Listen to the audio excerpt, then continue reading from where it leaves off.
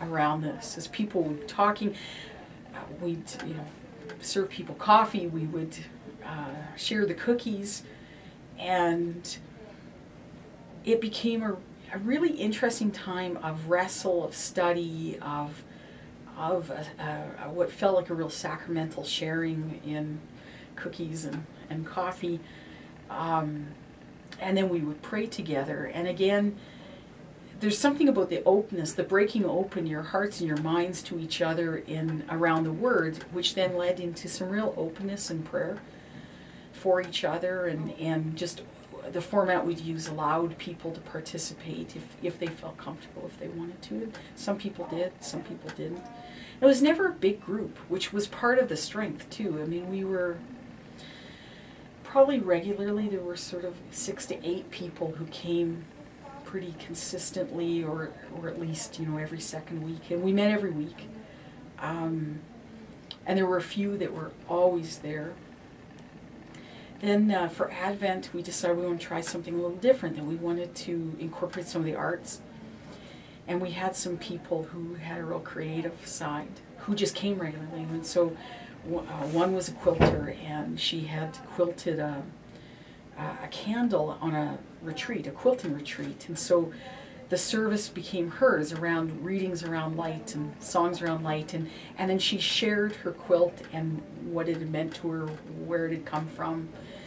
And it was really a neat way, again, of just opening up from from this whole sort of arts. And then one of the people who came was just a phenomenal artist, and he had done this drawing in minute detail of the temple, and had this whole reflection on the significance of the doors of the temple. And so he did this whole Advent reflection on doors, and knocking on doors and doors opening and doors closing, and it was amazing. And then one of the people who came was preparing to go on pilgrimage to Santiago in Spain. She brought shoes. She brought her hiking boots that she was breaking in for her pilgrimage, but she brought her kids' shoes and just sort of a collection of shoes, and talked about walking and journeys and what shoes say about us and about being rooted in the earth. And it was just marvelous. So we just met for a year, and then things changed, and the service sort of came to an end, and I miss it a lot. But so much of what we heard affirmed my own sense that there is a longing that many people have to wrestle with Scripture and wrestle with their own questions. But they don't want to just be told what to believe. They don't find those answers particularly convincing, or they want to get there themselves. They want to know how to get there themselves. Or they hear things in church and think, but that just doesn't fit. I mean, it doesn't fit with my own experience, or it doesn't fit with what you said in the sermon last Sunday. And so they want an opportunity to really engage in that kind of conversation that takes them seriously as somebody with religious questions, religious faith, religious experience. Because often what emerged too is that people actually had profound experiences of God, but often had no place in the church to talk about that either, because it didn't fit sort of the expectation there, or there's just no place for people to share those things.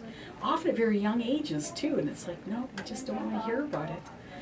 In some cases, people had had bad experiences. I mean, I remember one person saying they had raised a question in confirmation class. The priest, don't you dare get out of my class if you're going to ask those questions. And I think, just how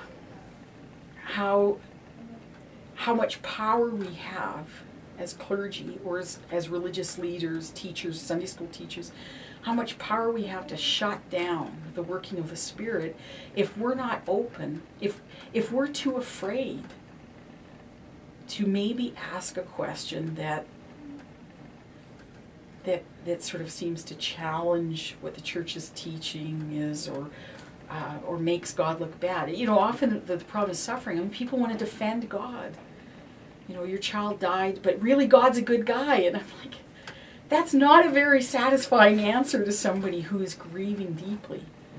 And this is the real gift I've learned from my Jewish friend who claims to be an atheist, but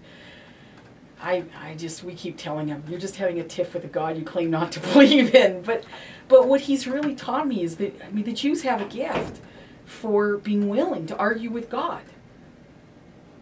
There's a certain assumption there that God takes you seriously enough that he doesn't mind if you say, this makes no sense to me, and I want an answer. And of course, for me, this experience has meant I read the passage of Jacob wrestling with the angel differently. Because for me, that became the symbol of what we do in theology reading group and what we did in UnChurch, which is we're going to wrestle and we're not going to let go until we receive a blessing. Because that's taking it seriously, really seriously. Walking away with an easy answer, to my mind, it does no credit to faith. And it's too simple. It's not very satisfying. The really great conversations are the ones that go deep.